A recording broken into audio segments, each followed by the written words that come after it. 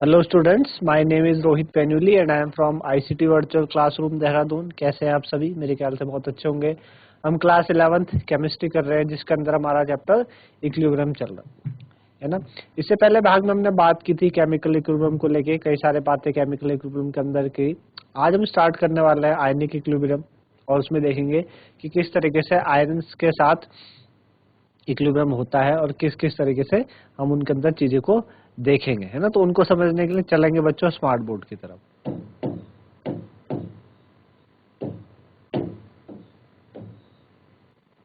आज हमने बात करनी है आयनिक इक्विलिब्रियम।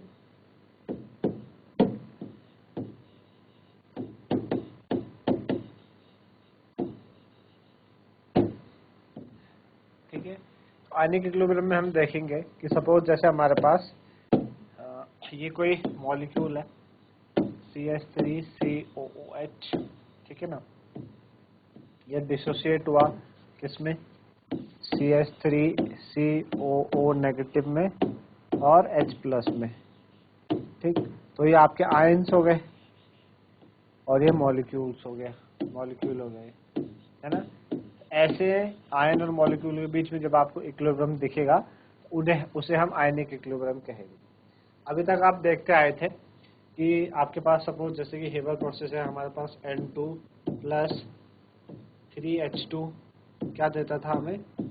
अमोनिया देता था 2NH3। ठीक है, आप देखते थे ये भी एक मॉलिक्यूल है ना, और इधर भी क्या है? मॉलिक्यूल है। तो मॉलिक्यूल का मॉलिक्यूल के साथ इक्विलिब्रियम हो रहा था अभी तक। इसको हमने पढ़ा था केमिकल इक्विलिब्रियम के अंदर। लेकिन अब हम आ गए हैं आयंस। आयंस में, आयंस मॉलिक्यूल में जब इक्विलिब्रियम हो तो उसे हम आयनिक इक्विलिब्रियम कहते हैं। ठीक है, समझ आ रहा होगा आपको क्या चीज है आयनिक इक्विलिब्रियम में। ठीक है ना। चलिए, तो ये बातें हैं आयनिक इक्विलिब्रियम से रिलेटेड।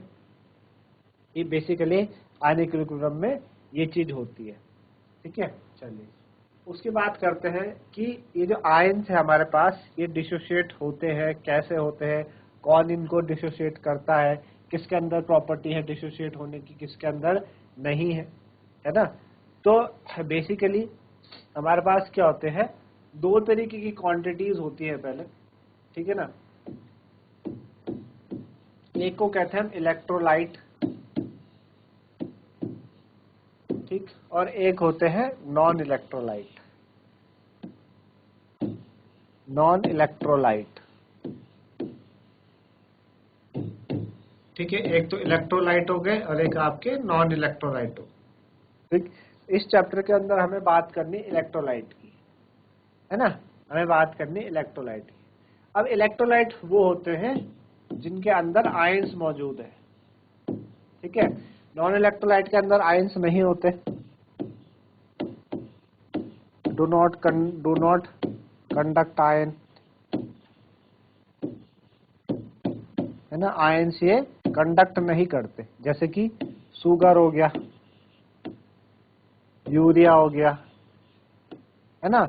ये क्या है? आपके नॉन इलेक्ट्रोलाइट है। तो इनकी बात हमें इस चैप्टर में नहीं करनी है, क्योंकि हम बात कर रहे हैं आयनिक इक्विलिब्रियम की, और आयनिक इक्विलिब्रियम मींस जहाँ पे आयंस मौजूद हो। तो नॉन इलेक्ट्रोलाइट में आयनिक इक्विलिब्रियम होते ही नहीं ना, वो कंडक्ट ही नहीं करते आयंस। तो इसलिए नॉन इलेक्ट्रोलाइट आप देखते हैं कि जब जो नॉन इलेक्ट्रोलाइट है उनके पास जब आयंस ही नहीं है, तो वो फिर आपका इलेक्ट्रिसिटी भी प्रोड्यूस नहीं करते, है ना। अगर आप शुगर सॉल्यूशन एक बनाते हैं,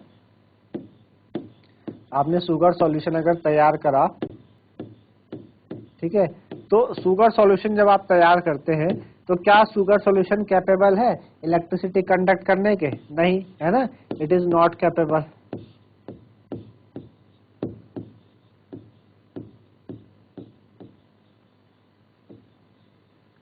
it is not capable of conducting electricity.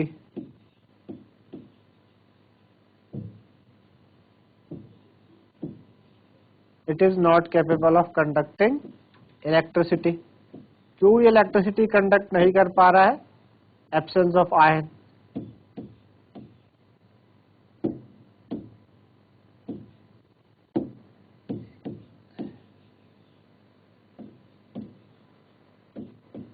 Absence of ion, क्योंकि इसमें क्या है, आयन की कमी है, आयन है नहीं इसके पास, तो नॉन इलेक्ट्रोलाइट है। इनकी बात हमें यहाँ पे इस चैप्टर में नहीं करनी, हमने बताया कि नॉन इलेक्ट्रोलाइट होते क्या है। आयंस वो होते हैं जिन, इलेक्ट्रोलाइट कौन है, जिनके पास आयंस होते हैं जो आयन कंडक्ट करते हैं, है ना, आयंस कंडक्ट करते हैं, है ना, उनको हम इलेक्ट्रोलाइट कहते हैं। तो इलेक्ट्रोलाइट भी आपके दो तरीके के इलेक्ट्रोलाइट होते हैं, एक होते हैं स्ट्रॉन्ग इलेक्ट्रोलाइट,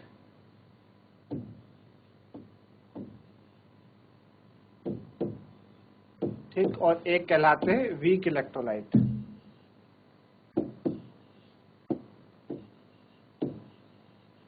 वीक इलेक्ट्रोलाइट, ठीक है, strong electrolyte and weak electrolyte, there are two types of electrolyte, है ना। तो स्ट्रॉन्ग इलेक्ट्रोलाइट क्या होते हैं, जिनका डिसोसिएशन पूरी तरीके से हो जाता है, हम बात करेंगे आगे जाके, है ना। तो इलेक्ट्रोलाइट में हमने दो बातें करी, स्ट्रॉन्ग इलेक्ट्रोलाइट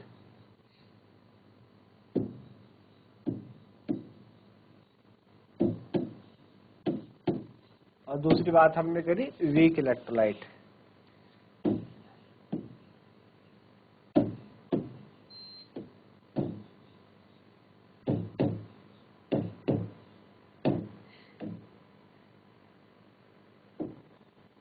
तो स्ट्रॉन्ग इलेक्ट्रोलाइट आपके क्या हुए, और हम बात करें कि स्ट्रॉन्ग इलेक्ट्रोलाइट है क्या और वो किस तरीके से बात करते हैं। तो स्ट्रॉन्ग इलेक्ट्रोलाइट वो होते हैं विच आयनाइज कंप्लीटली,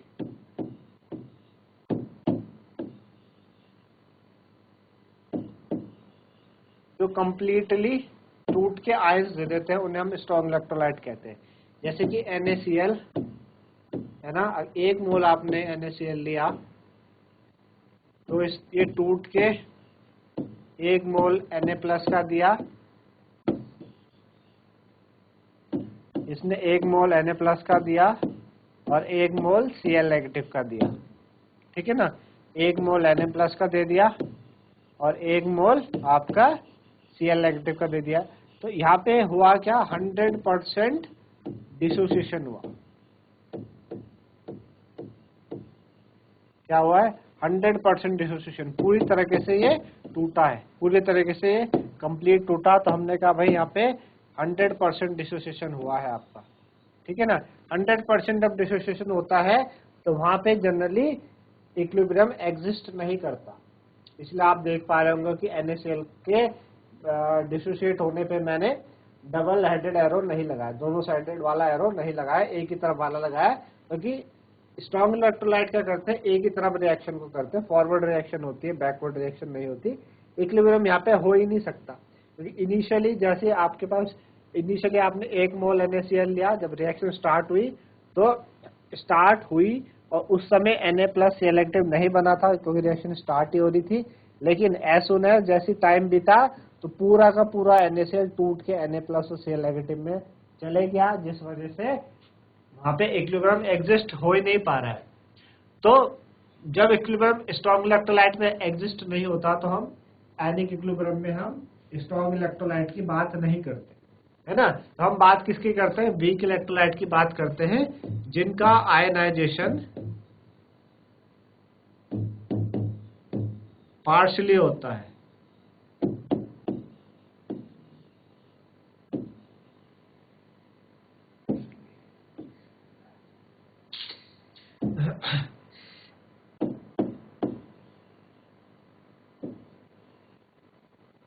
ठीक है ना, पार्शियली जिनका आयनाइजेशन होता है वो क्या कहते हैं, जनरली वीक इलेक्ट्रोलाइट उनको हम कहते हैं, पूरा का पूरा इनका डिसोसिएशन नहीं होता। जैसे कि हमारे पास ये है CH3COOH, ठीक है, तो ये डिसोसिएट होके इसने बनाया CH3COO नेगेटिव और H पॉजिटिव, ठीक है ना, CH3COO नेगेटिव और H पॉजिटिव इसने बनाया, है ना, दो तरीके के बना दिया इसने। अब आप देख पा रहे हैं कि यहाँ पे double headed arrow, double sided वाला एरो है, यानी ये वीक इलेक्ट्रोलाइट क्या है, आपकी आयनिक इक्विलिब्रियम को शो करेगा। आप एक तरफ मॉलिक्यूल है, एक तरफ आयन है आपके पास, है ना, तो ये आयन आपका NaCl में भी था, लेकिन वहां पे पूरा का पूरा डिसोसिएशन हो गया। यहाँ पे आपका 100% डिसोसिएशन नहीं होता। वीक इलेक्ट्रोलाइट में क्या होता है, बहुत कम डिसोसिएशन होता है।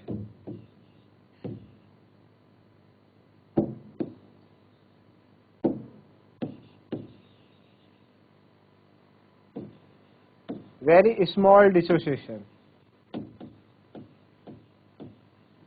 है ना, बहुत ही कम डिसोसिएशन क्या होता है आपका वीक इलेक्ट्रोलाइट में, बहुत ही कम डिसोसिएशन होता है।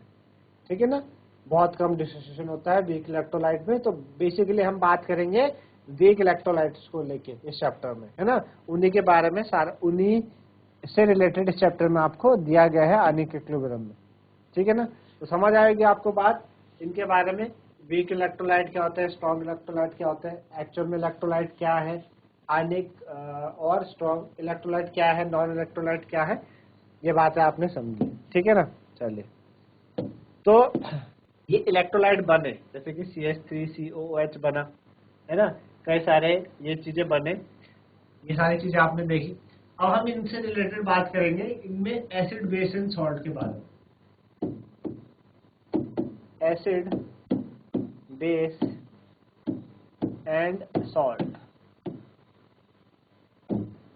तीन चीजों के बारे में बात करेंगे कि तीन लोग आए और तीन लोगों ने अपना अपना अलग अलग कंसेप्ट दिया, किसके बारे में, एसिड बेस सॉल्ट के बारे में। ठीक है ना, बेसिकली एसिड और बेस के बारे में बात हुई। आरएनएस कंसेप्ट आया, उन्होंने बताया कि एसिड क्या होते हैं, बेस क्या होते हैं, है ना। उसी तरीके से आपके ब्राउनस्टेड लाउरी कंसेप्ट आया था, उन्होंने एसिड बेस के बारे में बताया। और देन फिर आपका लुइस एसिड बेस कंसेप्ट आया, और भाषा में उस हद तक पता चला कि एसिड बेस सॉल्ट होते क्या है। अभी तक हम आप प्रीवियस क्लासेस में पढ़ते आए हैं एसिड बेस के बारे में, है ना, तो ये सारी चीजें हैं। तो सबसे पहले आज का जो टॉपिक है वो है आरएनएस का कंसेप्ट, है ना, RNS acid base and salt.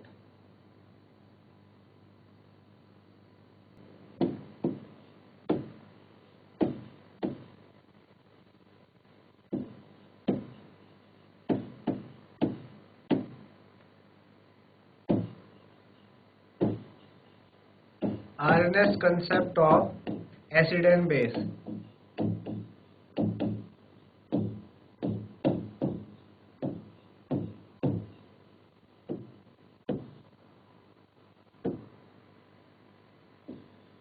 ठीक है, RNS concept of acid and base। तो RNS के अकॉर्डिंग एसिड क्या होते हैं,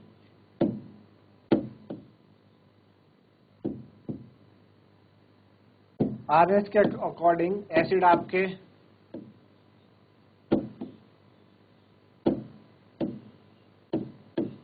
RNS के अकॉर्डिंग एसिड वो आपके वो सब्सटेंस होते हैं जो क्या करते हैं, रिलीज करते हैं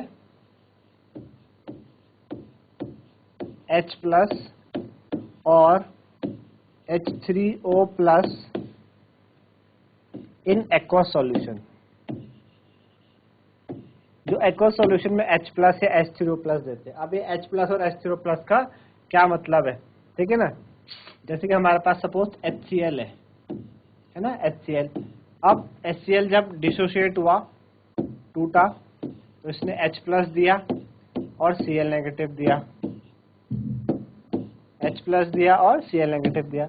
एक्चुअल में ये हुआ, लेकिन आपने HCl को किस में लिया था, एक्वा सॉल्यूशन में लिया था, है ना। HCl को आपने किस में लिया था, एक्वा सॉल्यूशन में लिया था, यानी आपने वाटर में ले रखा है इसको, है ना। तो ये H+ क्या करेगा, इस H2O से क्या करता है, रिएक्ट करता है और क्या बनाता है, H3O+ बनाता है और plus Cl negative. Actual reaction आपकी ये है, यहाँ से लेके यहाँ तक। तो अगर आप ये बोलें कि आरएनएस के अकॉर्डिंग, अभी तक हम ये पढ़ते आए हैं प्रीवियस क्लासेस में, आरएनएस के अकॉर्डिंग कि एसिड क्या होते हैं जो H+ देते हैं, है ना, लेकिन एक्चुअल में क्या है कि एक्वा सॉल्यूशन में H+ देते हैं। तो एक्वा सॉल्यूशन में जो दिया गया जो H+ है वो वाटर के साथ रिएक्ट करेगा। क्यों, क्योंकि ऑक्सीजन के पास क्या है, लोन पेयर ऑफ इलेक्ट्रॉन्स है, और H आपका पॉजिटिव है, उसको इलेक्ट्रॉन की तरफ क्या होगा उसका अट्रैक्शन होगा, तो H+ उन लोन पेयर की तरफ जाके अटैक होगा और H3O+ बना दे। एसिड वो सब्सटेंसेस होते हैं जो क्या करते हैं H प्लस या H3O प्लस को रिलीज करते हैं एक्वस सॉल्यूशन में, उन्हें हम क्या कहते हैं, एसिड कहते हैं। ठीक है ना। तो ये आपके क्या हो गए, एसिड हो गए। जैसे HCl है आपके पास, ठीक है ना, और एग्जांपल आपके HNO3 हो गया, है ना, H2SO4 हो गया। ठीक है ना, ये कुछ क्या है आपके पास एग्जांपल है एसिड्स। ठीक है ना। फिर बात करें बेस की,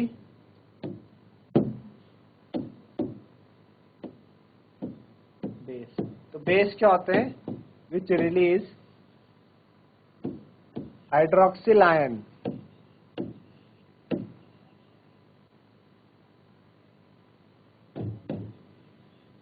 विच रिलीज हाइड्रोक्सिल आयन, है ना, जो हाइड्रोक्सिल आयन यानी OH नेगेटिव को रिलीज करते हैं इन एक्वस सॉल्यूशन, उन्हें हम क्या कहते हैं, आपके बेस कहते हैं। जैसे कि आपके पास सपोज NaOH है, NaOH क्या है, एक बेस है, डिसोसिएट होके आपका इसने क्या दिया, Na प्लस और OH नेगेटिव दिया, है ना। तो जो आपके OH नेगेटिव देते हैं एक्वस सॉल्यूशन में, उन्हें हम क्या कहते हैं, बेस कहते हैं। और एग्जांपल बेस के जैसे कि मैग्नीशियम हाइड्रोक्साइड हो गया, MgOH का होल ट्वाइस, है ना, कैल्शियम हाइड्रोक्साइड हो गया, CaOH का होल ट्वाइस। ये कुछ क्या है, एग्जांपल है आपके पास बेस के, है ना। These are some example of bases। तो इन्हें हम क्या कहते हैं बच्चों, बेस कहते हैं। आई बात समझ में आपको। चलिए, तो ये तो आरएनएस का आपके पास एसिड बेस कंसेप्ट था। ठीक है ना।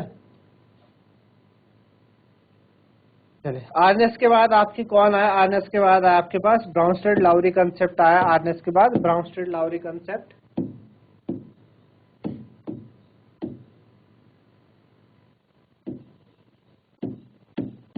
ब्राउनस्टेड लाउरी कंसेप्ट,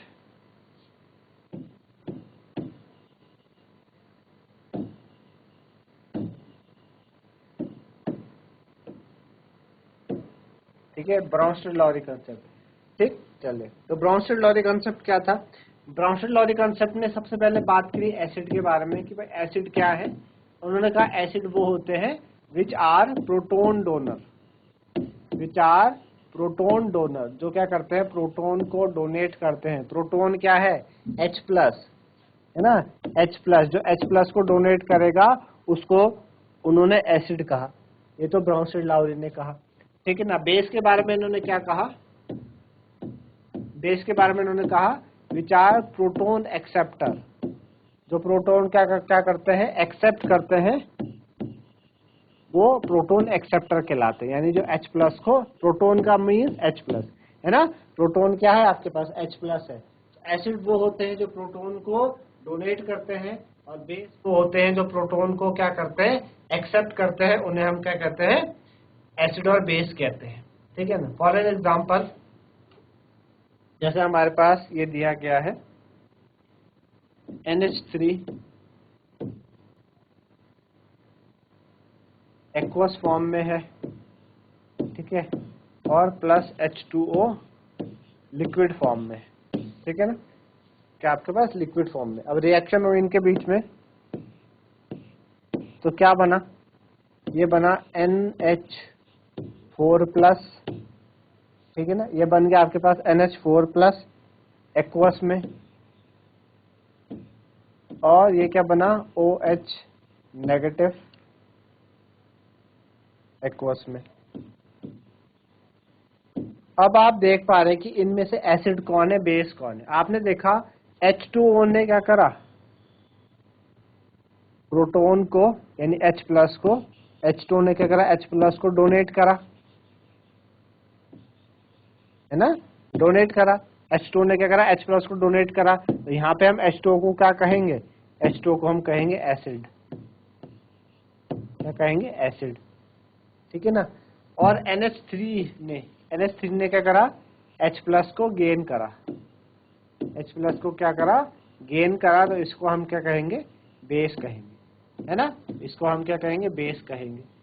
तो अब मुझे एक बात बताइए, क्या आरएनएस के अकॉर्डिंग NH3 बेस हो सकता है, आरएनएस के अकॉर्डिंग NH3 बेस हो सकता है। तो आरएनएस के अकॉर्डिंग तो NH3 बेस हो ही नहीं सकता, है ना, क्योंकि आरएनएस क्या कहता था कि बेस वो चीजें होती हैं जो OH नेगेटिव रिलीज करते हैं एक्वा सॉल्यूशन में, उन्हें हम बेस कहते हैं। और NH3 के पास तो OH है नहीं, NH3 कहाँ से बेस हो गया? आर्नेस के अकॉर्डिंग NH3 बेस नहीं है, लेकिन ब्रॉन्स्टेड के अकॉर्डिंग NH3 क्या है? बेस है ना। ये आप जनरली बात हम करते हैं, NH3 आपके पास क्या है बच्चों? अमोनिया है, और अमोनिया गैसेस फॉर्म में भी होती है ना, गैसेस फॉर्म में भी होती है। तो कोई भी चीज, क्योंकि आरनेस के अकॉर्डिंग वही चीजें एसिड और बेस हो सकती है जो एक्वा सॉल्यूशन में H प्लस दे या H3O प्लस दे, बेस जो एक्वा सॉल्यूशन में OH नेगेटिव दे। सिर्फ और एक्वा सॉल्यूशन की बात उन्होंने करी।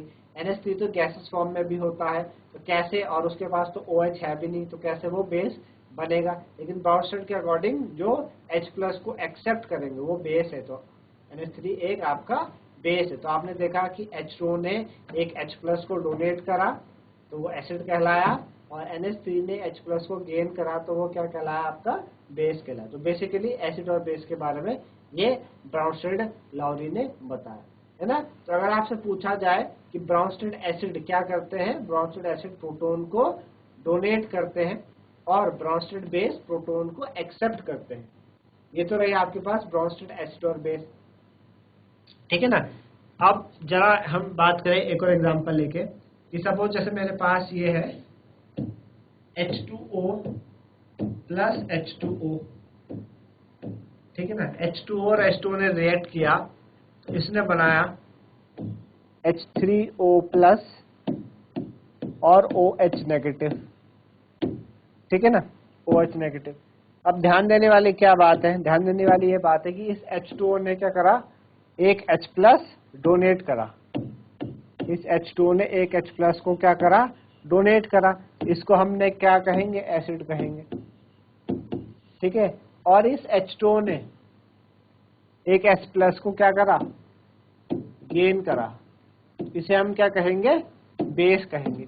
आप देख पा रहे होंगे कि एक ही इक्वेशन में एक जगह H2O एसिड का काम कर रहा और एक जगह H2O किसका काम कर रहा? बेस का काम कर रहा, और इक्वेशन आपकी सेम है। तो आप देख पा रहे हैं ये, और ये सिर्फ पॉसिबल किसके कारण हो पा रहा है? ब्राउनस्टेड लाउरी कंसेप्ट के कारण, कि H2O एक जगह बेस आपको बेस प्रतीत हो रहा है और एक जगह H2O आपको क्या हो रहा है? एसिड प्रतीत हो रहा है, ठीक है। समझ आया आपको? चलिए अब अपनी पहली वाली रिएक्शन में वापस आते हैं, जो हमने पहली रिएक्शन लिखी थी। पहली रिएक्शन हमने क्या लिखी थी अभी? NH3 प्लस H2O, हमें क्या मिल रहा था? NH3 और H2O को मिला के हमें मिल रहा था NH4 प्लस और OH नेगेटिव मिल रहा था। हमने कहा NH3 बेस है, अभी हमने कहा NH3 क्या है? एक बेस है। और हमने कहा था H2O क्या है? एसिड है, क्योंकि H2O H प्लस को रिलीज कर रहा है और NH3 H प्लस को गेन कर रहा है, इस वजह से हम इनको एसिड बेस कह रहे थे। लेकिन अभी ये तो कब हो रहा है? जब आप किस तरफ चल रहे हैं? इस तरफ, फॉरवर्ड की तरफ आप चल रहे हैं। जब आप फॉरवर्ड की तरफ चल रहे हैं तो हम बात कर रहे हैं कि एक एसिड है, एक बेस है। लेकिन अगर आप इस तरफ से देखें, आप बैकवर्ड से देखें, क्योंकि बैकवर्ड से इसलिए देख पा रहे हैं क्योंकि इक्विलिब्रियम रिएक्शन है, दोनों तरफ चलेगी, फॉरवर्ड भी बैकवर्ड भी चलेगी, इक्विलिब्रियम है। अगर आप बैकवर्ड से देखें और बैकवर्ड से आप ध्यान दें, तो बैकवर्ड से आपको ध्यान देने पे ये प्रतीत हो रहा है कि OH नेगेटिव क्या कर रहा है? OH नेगेटिव क्या कर रहा है? एक H प्लस को गेन कर रहा है कि नहीं कर रहा है? OH नेगेटिव क्या कर रहा है? एक H प्लस को गेन कर रहा। तभी तो OH नेगेटिव एक H प्लस को गेन करके क्या बना रहा है? H2O बना रहा है ना। और दूसरी बात, ये जो NH4 प्लस है, ये एक H प्लस को रिलीज करके क्या दे रहा है? NH3 दे रहा है। देखो NH4 में से क्या हो रहा है? एक H प्लस लूज हो रहा है। बात ध्यान से आप समझिए, जब आप बैकवर्ड से रिएक्शन को देख रहे हैं पीछे की तरफ से, तो हमको ऐसा प्रतीत हो रहा है कि OH नेगेटिव ने एक H प्लस गेन करा, तब जाके H2O प्लस बना, H2O बना, और NH4 ने एक H प्लस लूज करा, तब जाके NH3 बना, है ना। तब जाके क्या बना? NH3 बना। तो जो OH नेगेटिव क्या करते हैं? जो H प्लस को क्या करते हैं बच्चों? गेन करते हैं, है ना। यहाँ पे क्या हो रहा है? H प्लस में यहाँ पे क्या हो रहा है? गेन हो रहा है। इसको हम बोलते हैं इसको हम कहेंगे कॉन्जुगेट बेस। क्या कहेंगे इसको? कॉन्जुगेट बेस कहेंगे। ठीक है ना। अगर आपसे पूछे कि H2O का कॉन्जुगेट बेस क्या है, तो H2O का कॉन्जुगेट बेस है OH नेगेटिव, है ना। और NH3 का कॉन्जुगेट एसिड क्या है? तो एसिड क्या हो गया आपके पास? ये NH4 प्लस। कॉन्जुगेट एसिड, समझ आ रहा है आप? बेस का क्या होता है? हमेशा कॉन्जुगेट एसिड होता है, बेस का कॉन्जुगेट एसिड। ठीक है ना। बेस का क्या होगा आपके पास? कॉन्जुगेट एसिड होगा। अगर आपको बेस का कॉन्जुगेट एसिड ये हो गया NH4 प्लस, है ना। ये NH4 का कॉन्जुगेट क्या है आपके पास? NH3 है। ठीक है ना। और H2O का कॉन्जुगेट बेस क्या है? OH negative. आई बात समझ में? OH नेगेटिव उसका क्या हो गया? कॉन्जुगेट बेस हो गया। आई बात समझ में? इसी तरीके से ऊपर भी बता सकते हैं कि भाई H2O तो क्या हो गया? बेस हो गया, और H2O एसिड है। H3O प्लस, आप इधर से देखें तो H3O प्लस क्या कर रहा है? एक H प्लस को गेन करके क्या बना रहा है? H2O बना रहा है ना। H3O प्लस क्या कर रहा है? एक H प्लस को गेन करके एक H प्लस को लूज करके तब क्या बना रहा है आपका? अब जाके वो क्या बना रहा है? H2O बना रहा है। तो इसको हम बोलेंगे कॉन्जुगेट एसिड, इसको कहेंगे कॉन्जुगेट एसिड, है ना। और इसको कहेंगे कॉन्जुगेट बेस।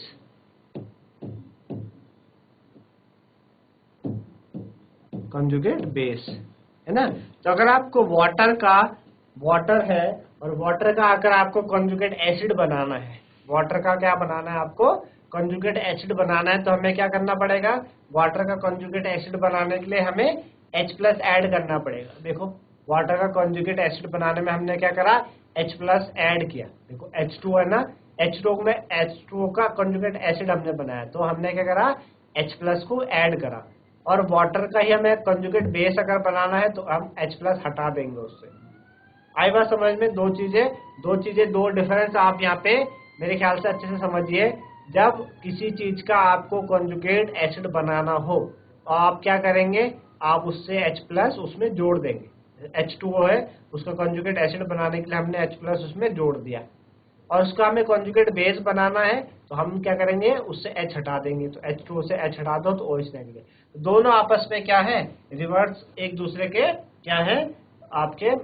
वो है बेस का कॉन्जुगेट एसिड होता है और एसिड का कॉन्जुगेट बेस होता है।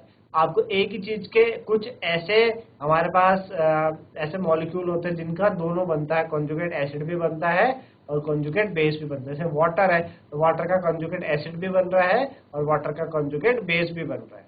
ठीक है ना। आई बात समझ में? ठीक है ना। अब आप नीचे वाले रिएक्शन में देखिए, जहाँ पे हमने H2O को एसिड लिया, उसका कॉन्जुगेट बेस हमारे पास क्या बना? H2O का कॉन्जुगेट बेस हमारे पास क्या बना? OH नेगेटिव बना, है ना। और NH3 का हमारे पास NH3 का हमने कॉन्जुगेट NH3 है जो उसका वो एक बेस है, उसका हमने कॉन्जुगेट एसिड बनाया, तो क्या बनाया हमने? NH4 प्लस बनाया। ठीक है ना। तो ये बातें थी कॉन्जुगेट एसिड बेस से लेके। मेरे ख्याल से ये चीजें आपको समझ में आएगी। कॉन्जुगेट ब्राउनस्टेड लाउरी कंसेप्ट में कॉन्जुगेट एसिड बेस का क्या रोल है, किस तरीके से चीजें हुई है हमारे सामने। इस तरीके से आयनिक इक्विलिब्रियम में आपने आज इलेक्ट्रोलाइट नॉन इलेक्ट्रोड के बारे में जाना, साथ ही साथ आर्नेस और ब्राउनस्टेड लाउरी कंसेप्ट के बारे में हमने समझा। तो मेरे ख्याल से चीजें आपको समझ में आई होंगी। तो आज के लिए इतना ही। धन्यवाद। Have a nice day.